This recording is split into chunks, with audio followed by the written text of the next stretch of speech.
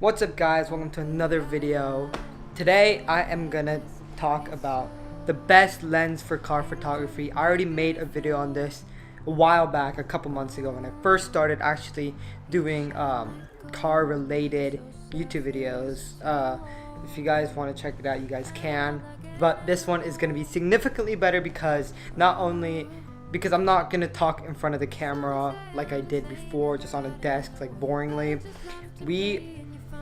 I mean Alex and I and Tristan is upstairs changing, are going to Ferrari of San Diego and also Aston of San Diego. Two places we really wanted to go for the last couple of weeks. We couldn't because we were going to other places, especially me. I was at Porsche so often. If you guys want to see that video, it's up there.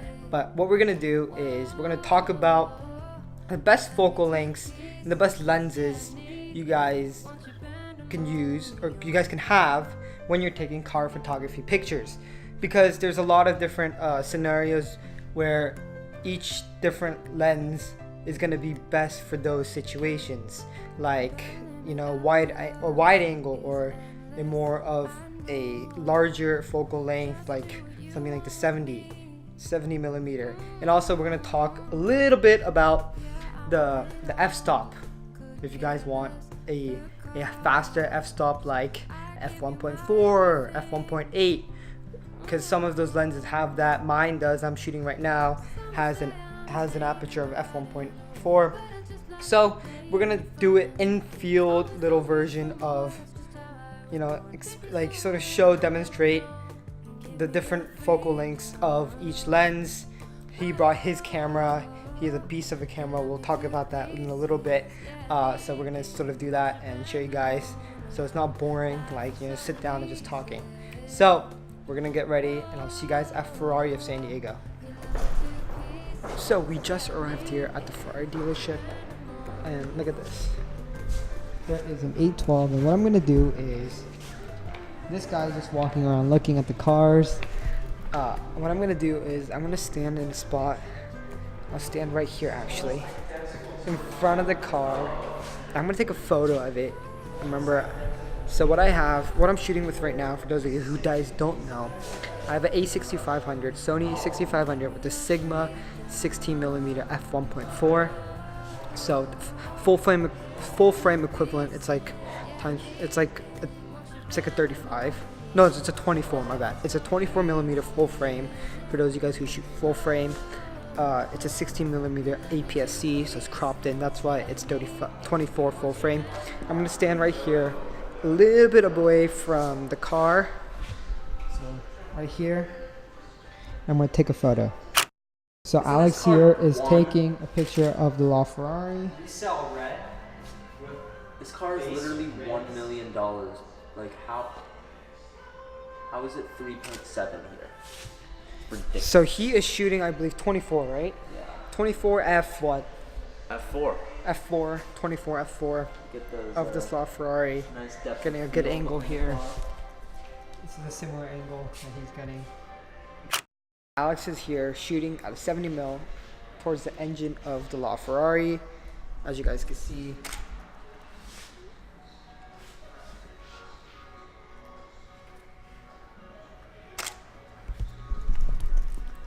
So I want to talk about Alex's camera for really quick. I haven't got to explain it for those of you guys who don't know about Alex's camera.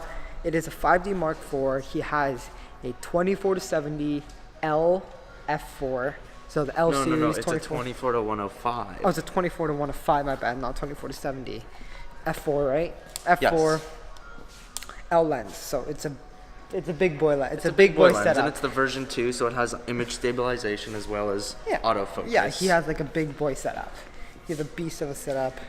And too bad I could only take pictures 16mm. I don't have a 24 to 70, 24 to 105. I don't have, like, you know, like focal length. I don't have a zoom. I don't have a zoom, so I only have a prime lens. But the benefit of having a prime lens are these shots. I'll show you guys right now. You guys just seen the f1.4 shots from my 16mm Sigma f1.4 lens. That is a benefit of having a prime lens over a zoom lens. Alex's camera, even though it's a beast of a camera that shoots 24, the 105 f4, and that f4 is, you know, what you have to sacrifice to get that zoom. Mine could go f1.4, but I have to sacrifice for not because I can't zoom. So that is the drawbacks of having a zoom lens and having a prime lens. Look at these steering wheels, guys. These are the real Ferrari steering wheels from the cars, and the brakes too, all from actual real cars. Even the rims there, and all the leather here. This is the Alcantara. Blue Posey. This is, I think, the carpet. It's all scratched up. This one's looking at the color exterior paint of the Ferrari colors you could get. Or those are the exterior colors. That one too, I think. I don't know what that is. The seats over there. Okay, we are here at Aston. Ferrari just closed. I left my ND filter there, but it's fine. I'll get it tomorrow or another day. Here, they have a pretty nice section of cars. Let's roll the B-roll.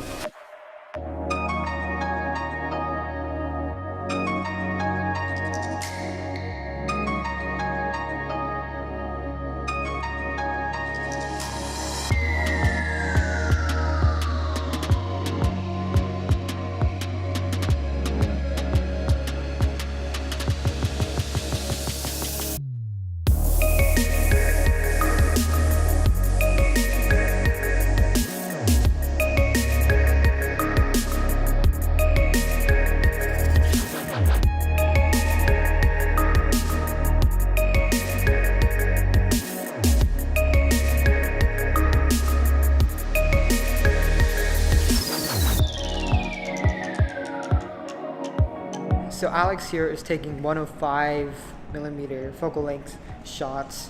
I mean, it's not telephoto, but I sort of want to like pretend it's a telephoto lens. So he is so far away from the car he's shooting, DB11 AMR. He's on the corner of the dealership right here. DB11 is all the way over there. 105 or telephoto lens is perfect for people who are far away from your subject, your car. So if you're taking shots, I mentioned this in my last best lens for car photography video. If you're taking photos of the Grand Prix, NASCAR, or far away, or when you're trying to take street photos from far away of cars going down the street, like a focal length above like 100, like 105 here, or telephoto even more.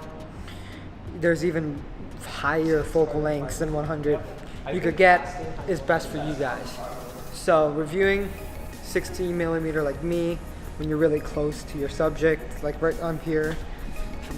Want to take a picture of this Aston right here, or if I want to go close, like right here. A wide angle is perfect for that. 16mm APS-C or 24mm full frame. It's perfect, in my opinion. Perfect. Also, I get that f1.4 for low light and that perfect creamy bokeh that you get off of f1.4. And focal length like 100 or above 100, like Alex's, is really nice when you're far away. Like those, like that kind of shots right here. This here is such a good DB11 AMR spec, full carbon roof. You guys can see, you guys saw it. Carbon mirrors. I'm gonna go and sit inside it. What? No. Oh, Alex. Get out of here. Look at that. Oh. You know, you got your digital dash. Love digital dash. Still sort of lacking in the technology department somewhat. They're catching up. Interior's really nice. Obviously, it's an Aston. The stitching is so well done. Right here, stitching is so well done. You got your logo. You got your badge. I would say. You got your sound system. You got Bang & Olufsen. Love the Bang & Olufsen. And such a sporty look. I mean, the attention to detail in these cars are amazing. And I have to get out because he is moving his car. Look how cool that Vantage is. actually love the back of the Vantage. Probably my favorite part of the Vantage is the back. But I'm waiting here for a cold start on this bad boy, the DB11.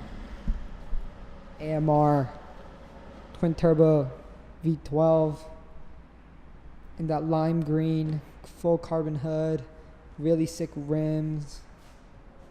Overall, very nice spec.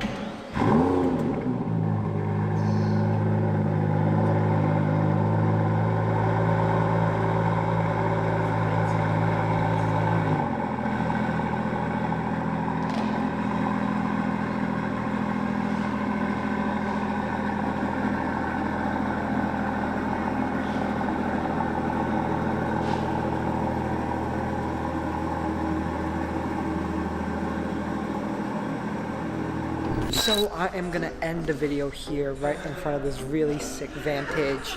It's full blacked out, full Alcantara interior. Hope you guys enjoyed this video, got something out of it. Just best photography lens. You know, I've sort of haven't addressed this formally. If you're inside closed area where you don't have that much space, get a wide angle.